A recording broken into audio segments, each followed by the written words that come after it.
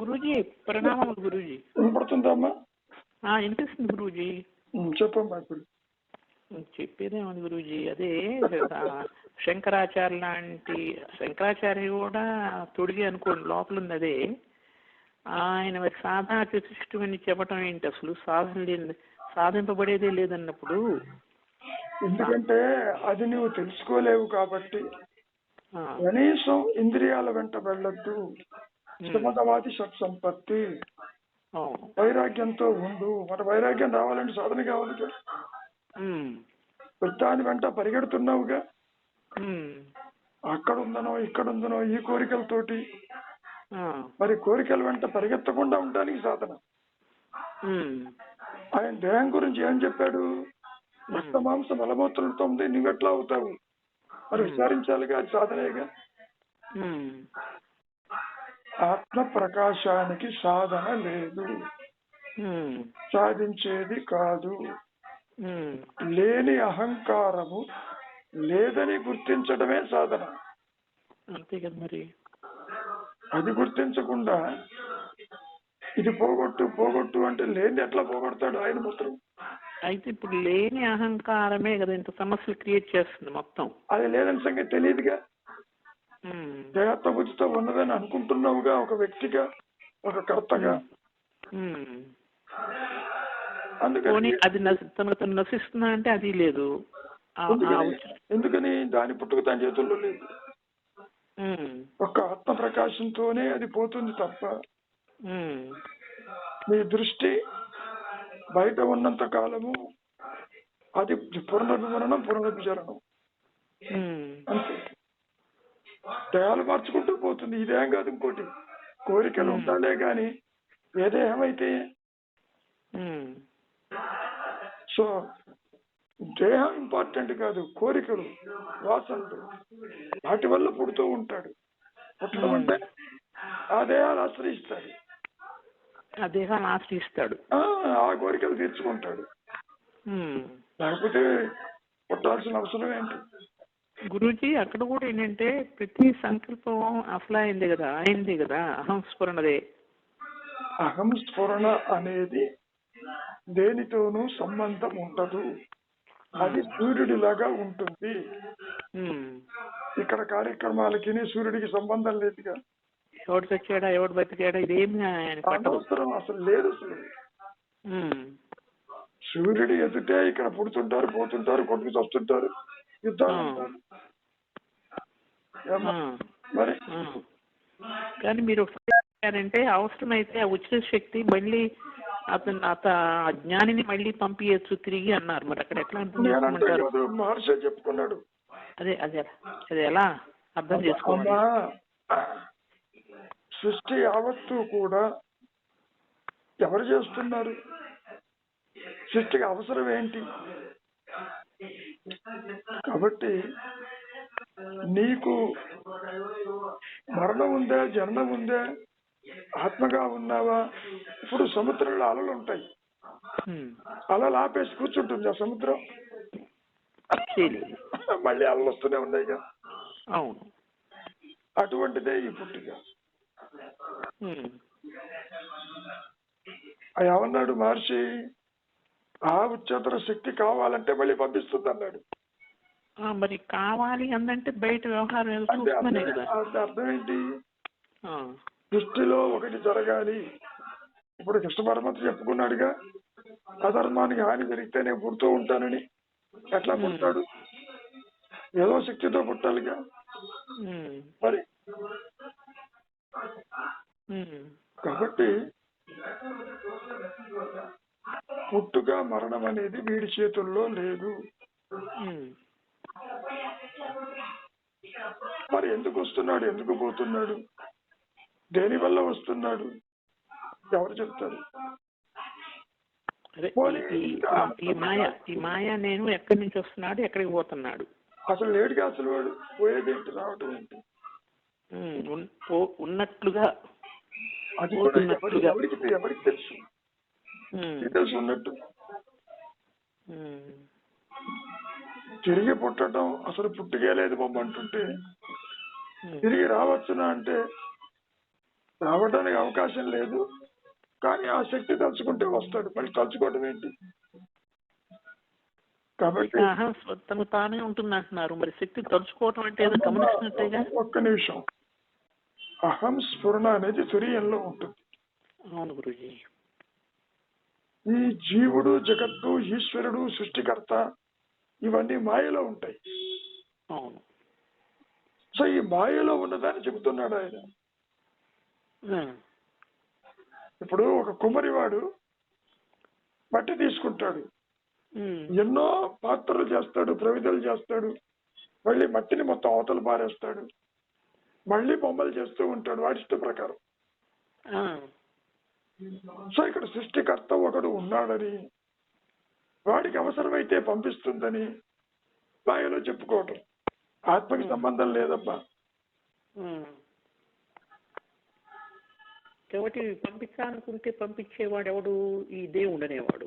దేవుడు కాదు, జీవుడు కాదు, మానవుడు భగవంతుడు అనుకుంటాడు.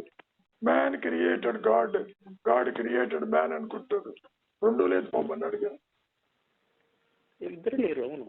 ఎంత చెప్పుకున్నా మాయ మాటలు ఇవన్నీ. అవును. సత్యం ఎవరు చెప్పలేరు, సత్యం బోధించలేరు. సత్యానికి సృష్టికి సంబంధము లేదు. ఇది నా అనుభవం. మరి అధనం పిసరేళ్ళినప్పుడు వస్తాను అనుకోవటం ఏంటని? అది కూడా మాయలో చెప్పిన మాటేగా. వస్తాడు తత్వాడు ఎవడికి తెలుసు? ఎవడికి తెలుసు? గురించి ఎట్లా అనుకుంటే మీరు కూడా మాయలో మాట్లాడుతున్నట్టే కదా. మాయలో మాట్లాడుతున్నప్పటికీ రక్తబీజ మనస్సుతో చెబుతున్నా ఆత్మ మాట్లాడుతూ, ఆత్మ ఎదుటే తెర మీద బొమ్మల్లాగా కనపడుతుంటే మాట్లాడుతూరికి నా నుంచి ఏం మాట్లాడు చెప్తే అడగబడితే నాకు తెలియదు ఏం మాట్లాడింది. ఆత్మ మాట్లాడదు, కానీ నిన్న క్లాస్ లో కూడా అదే చెప్పింది. ఆత్మ సన్నిధిలో ఎన్ని జరుగుతున్నాయి, సూర్యుడు సన్నిధిలో జరిగినట్టు. కానీ ఇప్పుడు ఆత్మేమో ఏ ఇంద్రియ విషయాల వ్యవహారం చేయదు. జడమైన దేహమా చేయలేదు. అసలు జడం ఎక్కడుంది? ఆత్మగంజంగా లేదుగా, సృష్టి లేదుగా. సృష్టి లేదు పూజీ. అసలు అమ్మ విను, చిచ్చర గ్రంథి అనేది లేదు అక్కడ. ఆత్మకి అన్యంగా ఒకటి ఉంటే కదా. ఇప్పుడు గురూజీ, ఇప్పుడు నేను మీరు అక్కడ గురువు మీరు మాట్లాడుతున్నారు, ఇక్కడ నేను వింటున్నాను. ఇది మాయ కళలో ఒక కళలో జరిగినట్టు అంతవరకు. అహంస్ఫురణ మాట్లాడదు. కళైనా తీసుకుందాం, కళ అనుకుందాం. అమ్మా నీ మనస్సులో ఈ దేహంతో ఉన్నవారు కనపడబట్టి మాట్లాడుతున్నావు అంతవరకే. అంతే. నువ్వు అసత్యమే, నువ్వు చూస్తున్న గురువు అసత్యమే. ఏమీ లేదు అక్కడ. అక్కడ మరి మాట్లాడుతున్నట్టు వినబడుతున్నట్లు ఉందిగా. ఎందుకని? నువ్వు ఇంద్రియాల ద్వారా వింటున్నావు కాబట్టి, జీవాత్మ భావంతో. లేకపోతే ఎందుకు వింటావు? నీలో ఉన్నదే బయట చూస్తావు. అవును. ఇప్పుడు అక్కడ మరి ఇంద్రియ వ్యవహారం చేస్తున్నది ఎవరు? ఇవో ఈ మాయా నేను. మాయా నేను. జడము చేయదు, చేయదుగా. ఆత్మకు సంబంధం ఎప్పుడు తన వ్యవహారంగా తనలో ఉంటుంది. మధ్యలో లేనివాడు ఒకడు వచ్చి దాని యొక్క సన్నిధిలో జరిగే వ్యవహారాన్ని నేను వ్యవహారం చేస్తున్నాడు. సన్నిధి అని కూడా తెలియదు వాడికి తెలియదు, కానీ జరిగేది సన్నిధిలో. సన్నిధిలో అనేది కూడా మాయలో చెప్పుకునే మాట. సూర్యుడు ఎదుటే సృష్టి ఉన్నది అనుకోవటం, అటువంటిది. సూర్యుడు ఎదుటే సృష్టి ఉన్నది అనుకోవటం. అసలు సూర్యుడే లేదు, సృష్టి లేదు. నా అనుభవంలో ఉన్నది సింపుల్ అవేర్నెస్. అవును, అది అర్థమవుతుంది. అయితే ఇక్కడ తింటున్నట్టుగా నాకు రుచి అనుభవం కలుగుతుంది. చక్కగా తింటున్నానని చెప్పేవాడేవాడు, పుడుతున్నానని చెప్పేవాడేవాడు లేడు. మరి లేనప్పుడు లేరని సంగీత తెలుసు. మరి లేడు, కానీ మరి లేడనుకోవడం కాదు, ఇది లేదని ఒక ఆత్మ ప్రకాశంతోనే తెలుస్తుంది. ఇక్కడనే ఇది కాదు, అది కాదు, నేనంటే అది అని నీవు ఎంత అనుకున్నా ఉపయోగం లేదు.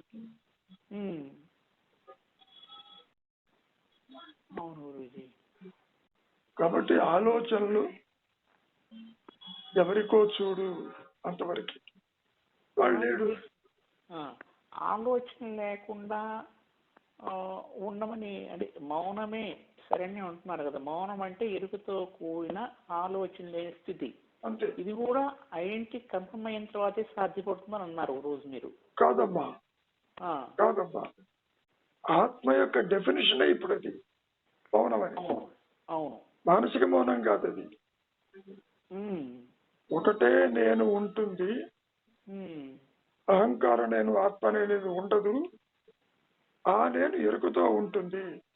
ఆ విషయం నీకు చెప్పాలి అంటే మనస్సే ఆత్మ అని చెప్పటం. కాబట్టి అది ఉన్న స్థితి అది మౌనం అంటే. అది అంతేగాని మౌనం మనస్సుతో మనస్సు మౌనం కాదు.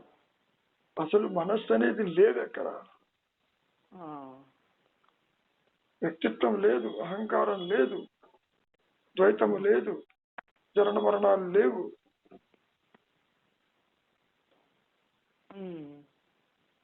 దాని చెప్పిందా అది పుట్టినట్టు. నువ్వు చెబుతున్నావు ఇదే అన్నది, ఈ సంసారం అన్నది.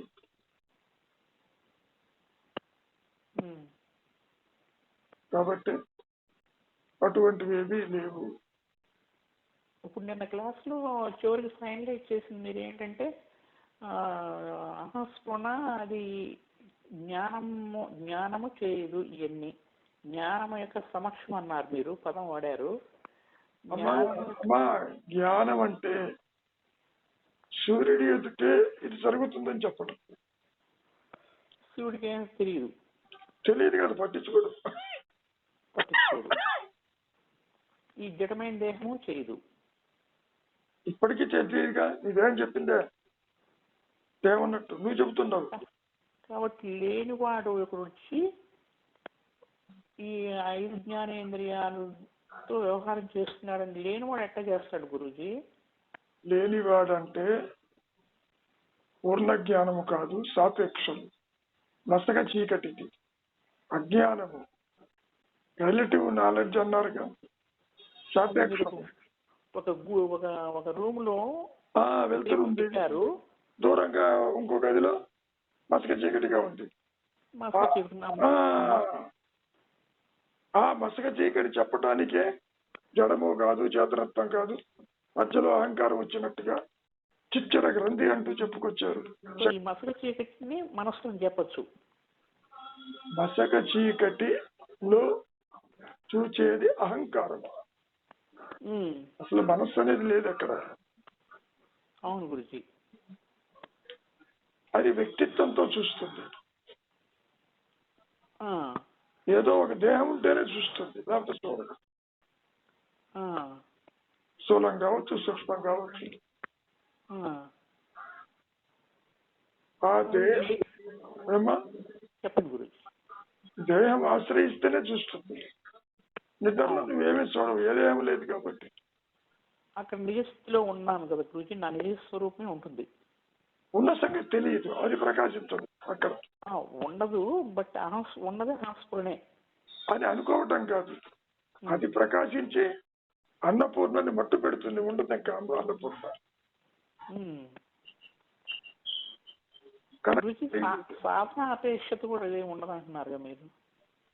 అబ్బా, ఒక దుర్మార్గుల్లో అయినా ప్రకాశించవచ్చు, చేయొచ్చు. అసలు అటువంటిది ఏది ఉండదు. దుర్మార్గుడు సన్మార్గుడు అనేది మనస్సు చెబుతుంటుంది. తనలో ఉన్నదే బయట చూస్తుంది, మంచి చెడు ఉంటుంది. ఇవన్నీ అహంకార ధోరణులు. అంతేగాని దీనికి దానికి సంబంధం లేదు. ఓకే. అహస్ఫురణ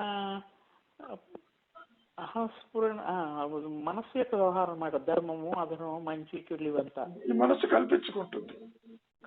న్యాయం ఉంటుంది, అన్యాయం ఉంటుంది, ధర్మం ఉంటుంది, అధర్మం ఉంటుంది, పాపం ఉంటుంది, పుణ్యం ఉంటుంది.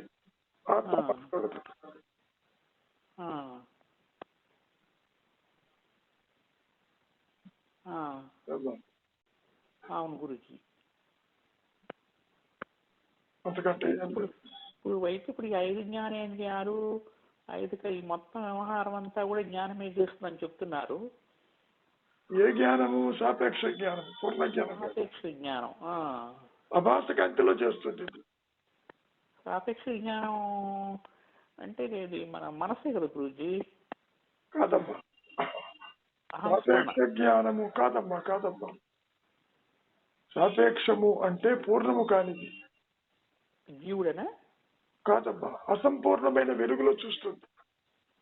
ఎవరు చూసేది? ఈ మాయా నేను దేహాన్ని, సంసారాన్ని.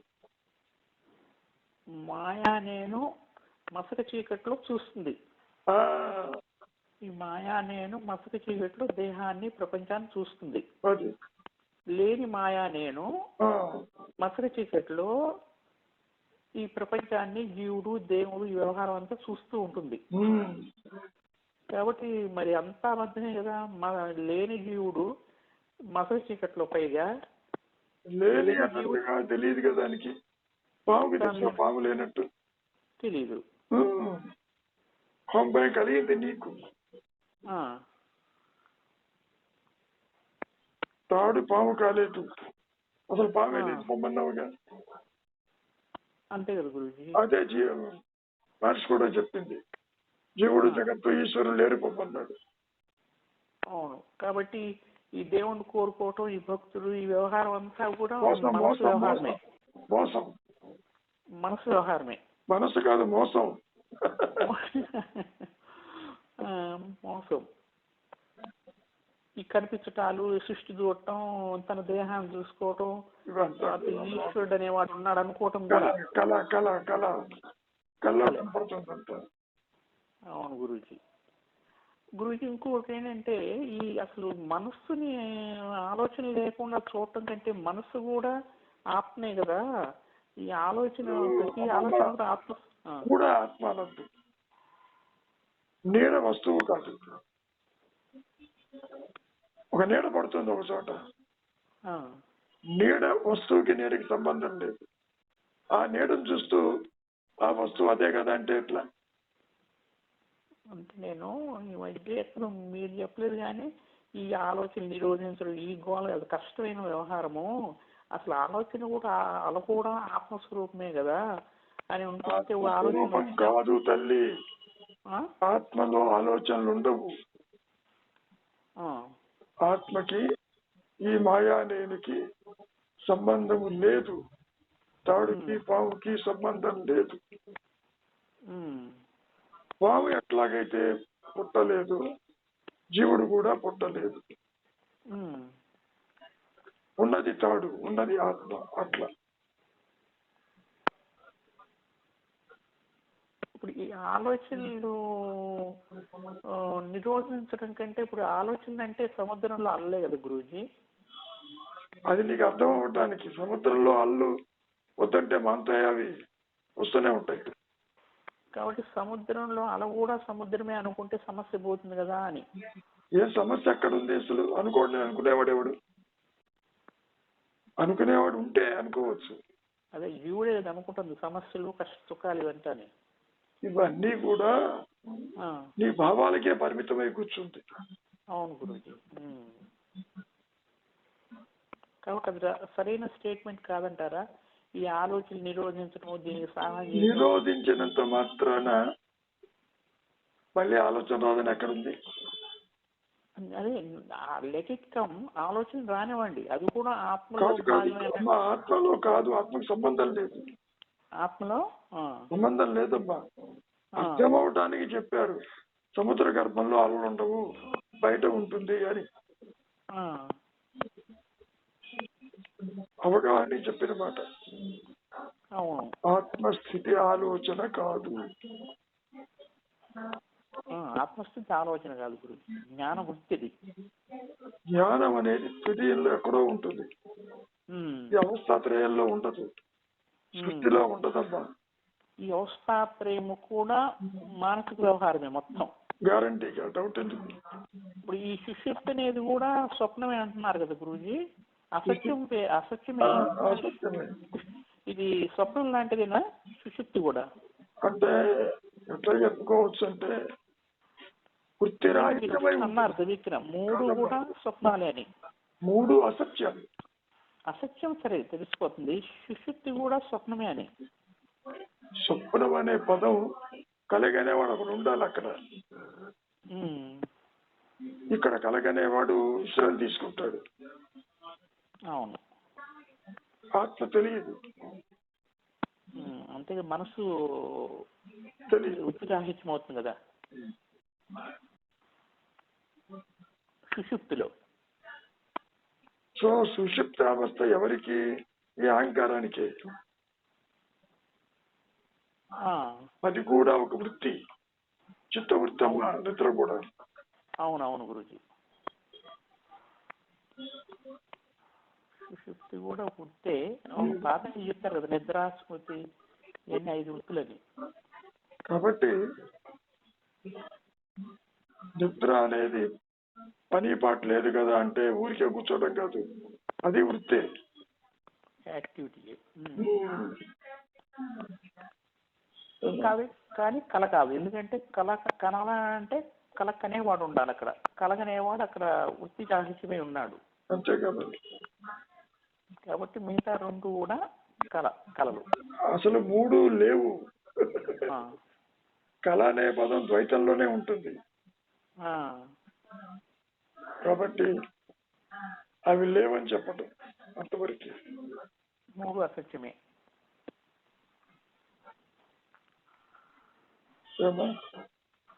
గురూజీ, అదే రామకృష్ణ పరమహంస అంటే అంత నానా అవస్థలు పడి ఆమెతో మాట్లాడితే అంత మెంటల్ క్లియర్ అనుకోండి. ఆయన తిప్పలు పడి చివరికి తోతాపురి ఆయన వచ్చిన తర్వాత ఆయన ఏదో చెప్తారని ఏదో చెప్తున్నారు కదా గురూజీ. అంతేగా మరి. ముందు ఆ ఖాళీని ఖాళీ చేయమన్నాడు. ఎందుకు పక్కకు వేలాడతావు? గురూజీ, ఆత్మ లేని దేవుడు లేడు కదా, అది భావన. ఖాళీ కూడా మాట్లాడుతుంది కదా. ఈ ఖాళీ ఎవరితో మాట్లాడుతుందంటే ఇక్కడ ఉన్న రామకృష్ణ పరమహంస ఆకారంలో ఉన్న ఆత్మతోనే ఆత్మ మాట్లాడుతూ ఉందే. కాదు కాదు కాదు కాదు, మాయా నేను ఇంకో మాయా నేనుతో మాట్లాడుతుంది.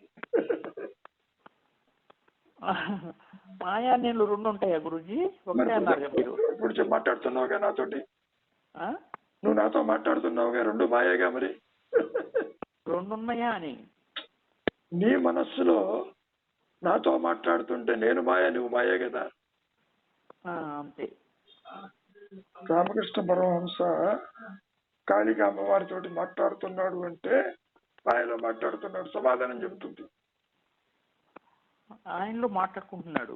అంత ఆయనలో మాట్లాడటం కాదు, ఆయన అన్యంగా వింటున్నాడు. ఇప్పుడు నా మాట వింటున్నావా నువ్వు అన్యంగా? ఈ అన్యంగా విన్నది కూడా మాయే. మాయ అంటే అక్కడ లేనిది ఉన్నట్లుగా. అమ్మా, లేనిది అంటే నువ్వు అనుకుంటేనే నేను కనిపించాను, నువ్వు నాతో మాట్లాడుతున్నావు, సమాధానం వింటున్నావు, ఇంతవరకే. అవును, ఆత్మకి దీనికి సంబంధం లేదు. గురూజీ, అదంతే. ఎంత బ్లఫింగ్ అన్నమాట ఇదంతా. ఇప్పుడు లేని మాయ 2 మాకు లేని మాయలు మాట్లాడుకుంటున్నాయి. అంతేగా మరి. ఈ తమాష ఇప్పుడు అదే అనుకుంటాను గురించి. ఇప్పుడు కరెంటు, ఫ్యాన్ ఉంది. కరెంటా తిప్పదు ఫ్యాన్ని, ఫ్యాన్ తనంతలో తాను తిరగదు, కానీ కరెంటు యొక్క సన్నిధిలో ఫ్యాన్ తిరుగుతా ఉంది. అది కూడా దానికి తెలియదు, నువ్వు చెబుతున్నావు తిరుగుతుందని. కరెంటుకు తెలియదు అంటారా? కరెంటు కూడా తెలియదుగా. కరెంటు చెబుతుందా నేను ట్యూబ్లైట్ వెలిగిస్తాను, హీటర్ వెలిగిస్తాను చెప్పదు కాదు.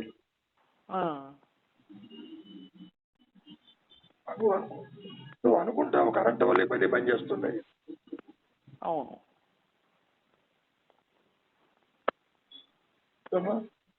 తర్వాత గురూజీ, మాయలోనే ఇప్పుడు అవధూతులు అనే వాళ్ళని చెప్తూ ఉంటారు.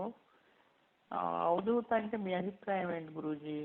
అవధులు లేనివాడనే? అందరూ అవధూతలే, దూత కాని వాడు ఎవరు? అంతా మాయా అవధూతలు. మాయా అవధూతలు. అసలు పుట్టుకే లేదంటుంటే వాడి జోలికి ఎందుకు నీకు? అంటే ఇప్పుడు ఈ అవధూతలు ఇతరుల కర్మలు తీసేస్తారని, అంటే ఇది పిచ్చి మాట అనుకోండి. నన్ను ఇదంతా కూడా కర్మలు తీయటం, జన్మలు ఇవ్వటం ఏమిటి అంతా మాయ కాకపోతే? కర్మలు తీసేస్తారని ఏదో సిగరెట్ కాలుస్తూ ఉంటారు కదా నిరంతరం. ఇప్పుడు షిర్డీ సాయిబాబా కూడా ఎప్పుడు కాలుస్తూ ఏమంటే ఆ ఇతరుల కర్మలు తీసేస్తున్నాడు. ఈ మాటలన్నీ ఎట్లా అర్థం చేసుకోవాలంటారు? అసలు దాని జోలికి పోవటం దేనికి, అర్థం చేసుకోవటం దేనికి? ఊరికే నోరు మూసి కూర్చోక ఎందుకు వాడి జోలికి పోవటం? నువ్వు నేను పుట్టలేదని తెలుసుకోవడం తేలికే, వాళ్ళు గంజాయి తాగి ఎవరి దగ్గరికి వెళ్ళి కర్మ తీయడం తేలికే. ఇదన్నా ఆపరేషన్. నేను పుట్టలేదు, నేను అహంస్ఫురణని, ఇదంతా మాయ, అసత్యము, అహంకార వ్యవహారమే, అంతేనా గురూజీ? ఇన్ని మాటలు లెక్కలే, ఊరికే ఉంటే చాలు. ఊరికే ఏంటది నా చేతిలో లేని పని అంటున్నారు మళ్ళీ మీరు. ఊరికే ఉండు, చేతిలో లేదు. ఊరికే ఉండటం అంటే మనసుని మౌనం చేయమంటున్నారా మీరు? అంతేగా మరి. బయటికి పోవద్దు, ఊరికే ఉండు చాలు. ఇంట్లోనే ఉండు. ఉండడం జాతకగానే దేశాలమ్మడి తిరుగుతారు కదా, అక్కడేదో ఉంది ఇక్కడేదో ఉందని ఎందుకు తిరగదు? అది గురూజీ ఇంకా రెస్ట్ తీసుకో, చాలా కష్టపడ్డావు. మీరు గురూజీ, నాదే ఉంది. నీదే ఉన్నది నీలోనే. ప్రణామాలు గురూజీ మీకు. ఓకే.